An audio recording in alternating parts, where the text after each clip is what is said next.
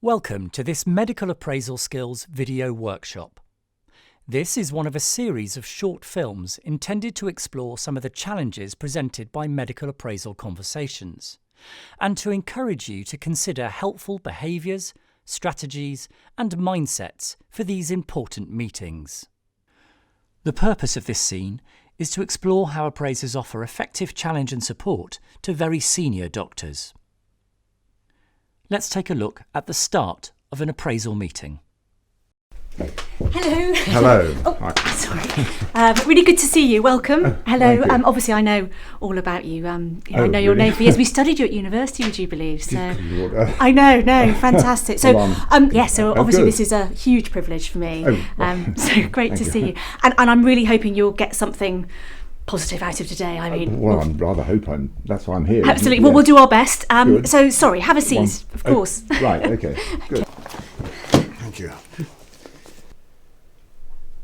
Oh dear, I wonder if this girl is going to be capable of doing a good appraisal for me. So, not a great start. What are you noticing? What might be contributing and what might help? Consider what the doctor, our appraisee, needs from the appraiser in order for this to be a useful meeting. One area for improvement you may have identified is self-management. A way of preparing mentally and physically is to think about the mind, the body and the voice. Let's start with the mind. What were the stories our appraiser was telling herself about this doctor? I'm really nervous about this meeting, actually.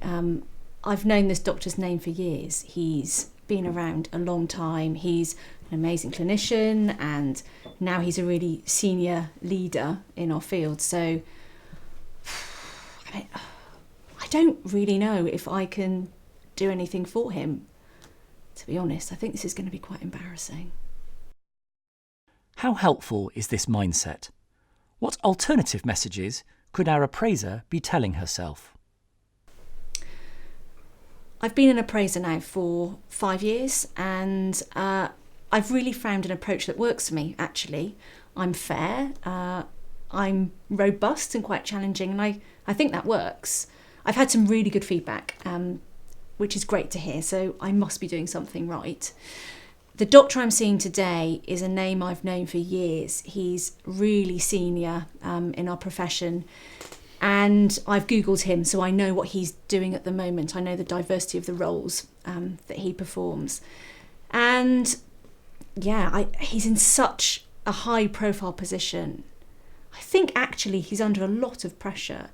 And I think my role today is actually to challenge that, to make sure he is challenging himself to continually be excellent in his field.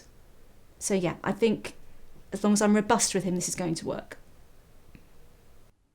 Another thing our appraiser could do is to find a quiet space for a couple of minutes to shake out any tension and also to take care of her breathing.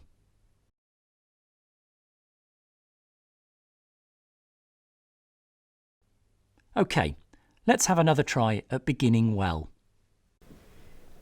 Welcome, it's great to meet you. Thank you. I'm Dr. McCarthy, as you probably know. To tell you a little bit about myself, I'm a DMD at St Clement's, an NHS FT, and I've been appraising now for just over 5 years, actually, alongside my role within the Trust. Thank you. Okay. To give me an understanding to start with of your experiences of appraisals would be really useful. Could you tell me what your experience is?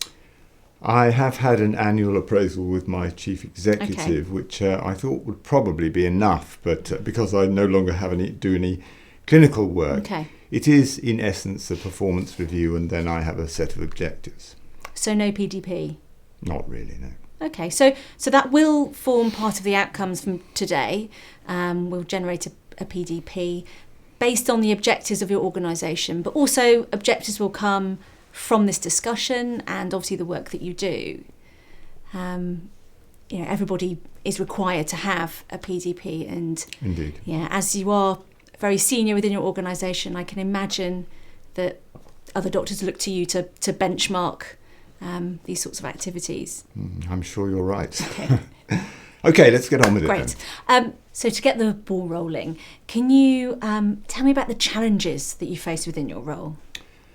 Okay, well, the biggest challenge at the moment is the major organisational change and merger.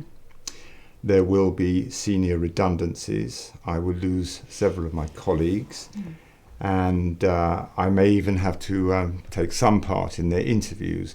These are all excellent leaders in their own right, and it's going to be very difficult and also sad. Yeah. As a leader in this organisation, I do feel some sense of responsibility for the changes, and I recognise that I am professionally isolated. The top team, though in frequent contact, are somewhat fragmented and not overly supportive. Okay, so where do you get your support? Well, it's very difficult because the team I work with is being reorganised, so I don't really have time to think about it. Okay, well that's the beauty of today. We've got some time, so we can put it to good use. What's your organisation going to look like in the future? Tell me a little bit about that. Smaller. Okay. New people, a different balance. New relationships to build. Trusted relationships? Now, well, that takes time. Of course. So who have you got that you can bounce ideas off? You can benchmark your decisions with? Well, I think at the moment I'm having to keep that on hold until we're all up and running. I really am out on my own at the moment. Okay, how about the top team? Not sure they see it as their role. Well, might be worth exploring that. As a senior leader, you are part of that top team. Good point. Yes, maybe I could have a conversation with them. Okay. And you yourself, so during this period of change that you're going through, how are you going to make sure that you are an effective leader? And some of the comments I'm receiving, I really wonder if I am. Really? Okay. Yes, it's to do with pushback, criticism about the changes. I knew it would be very difficult, but at times the level of anger directed at me personally is upsetting. On the other hand, I have received some support from external organisations,